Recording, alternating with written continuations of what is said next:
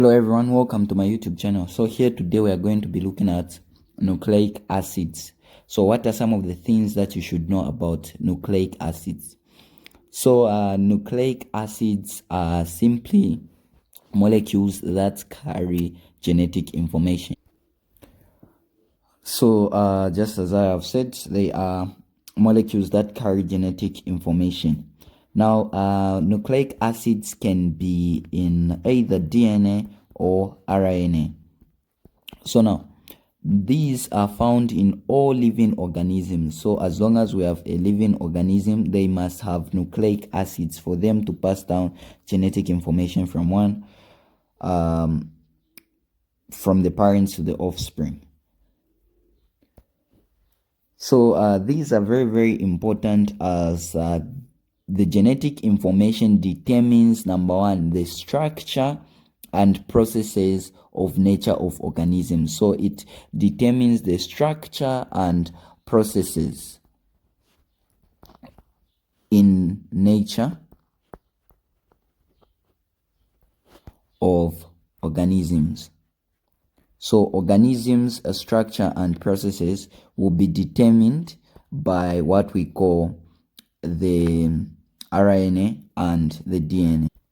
So that is basically what we refer to when we are looking at this. So now, the structure of nucleic acids is made up of structures that we call nucleotides. So basically, it is made up of nucleotides. So now, when we refer to the structure is made up of nucleotides. We are also going to look at what are these nucleotides. So nucleotides are made up of structures which we call the pentose. Remember in the video for carbohydrates, we looked at types of sugars. We have pentose, which are 5 carbon sugars. We also have what we call the nitrogenous base, base.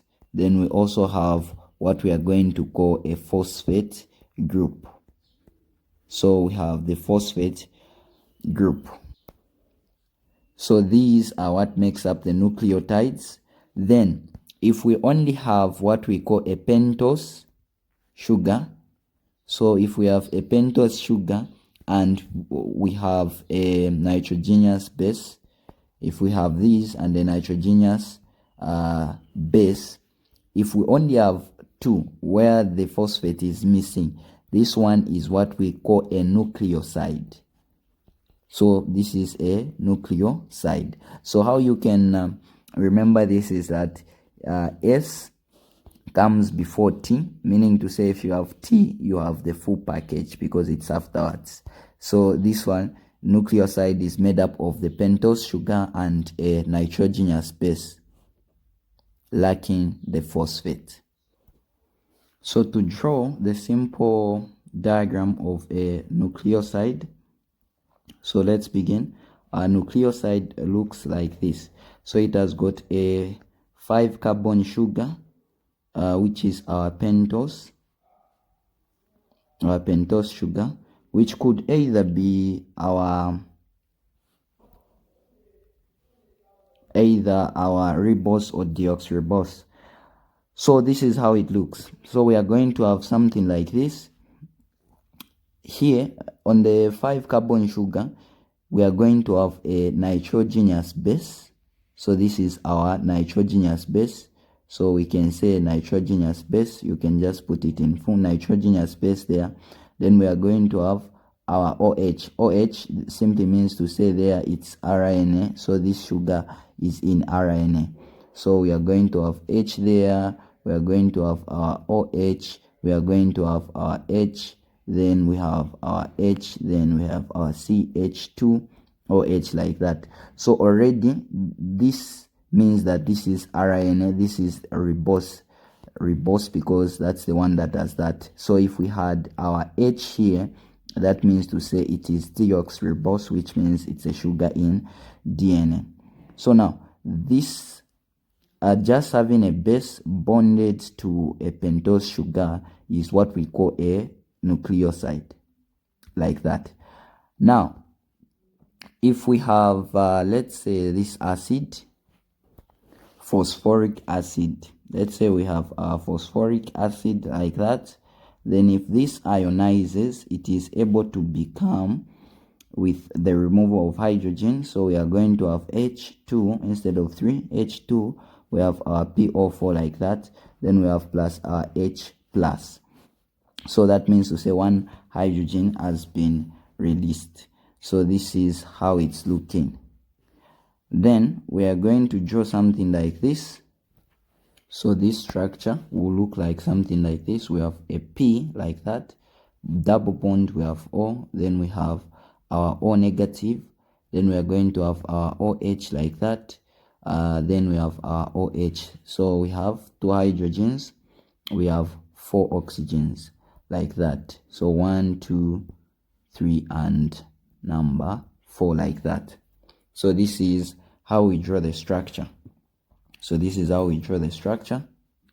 Now let's just see what happens if we combine this structure and that one to create what we call a nucleoside, or sorry, a nucleotide with the addition of a phosphate. That means it's a nucleotide. So if we add this and this, then the structure that will be formed is what we call a nucleotide. So a nucleoside plus the phosphate, it will have a nucleotide. So let's see how it works. So the addition of a phosphate can only occur at the 3' of the carbon or a 5'. So the primes we are looking at, this is the first carbon, so that's the first prime, second prime, third prime. So from your oxygen, start going clockwise. You have the 4th prime, then this one is the carbon number 5. So this is your 5'. So remember to say, so it can only be added at the 3', which is this one. This is our 3', or it can be added at the 5' like that.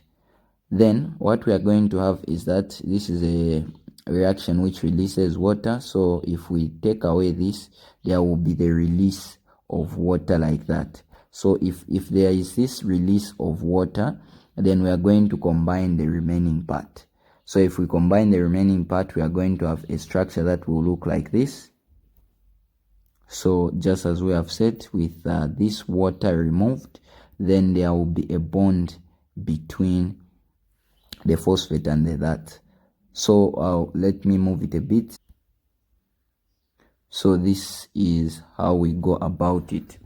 Then same approach, it can also be added. So it has been added at the 5'. It can also be added at the 3'. Then we are going to have something like this. So if we take away again at the 3', if we take away this structure, what are we going to have? So if we take away this structure, we are going to get something like this. So this disappears with the release of water. So we can say plus our water. Then when you combine this, it will just be your oxygen will be the one that will be helping in combining that structure. So this is how it would look. So it is this addition that leads to the creation of the nucleotides. So the structure continues in such a way that there will be another addition of a carbon sugar like that to produce what we call a nucleic acid. So as you combine more and more nucleotides, then you are going to form what we call a nucleic acid. Thank you very much for watching. Hope to see you in the next tutorial for the continuation of nucleic acids. Subscribe, share, and like for more.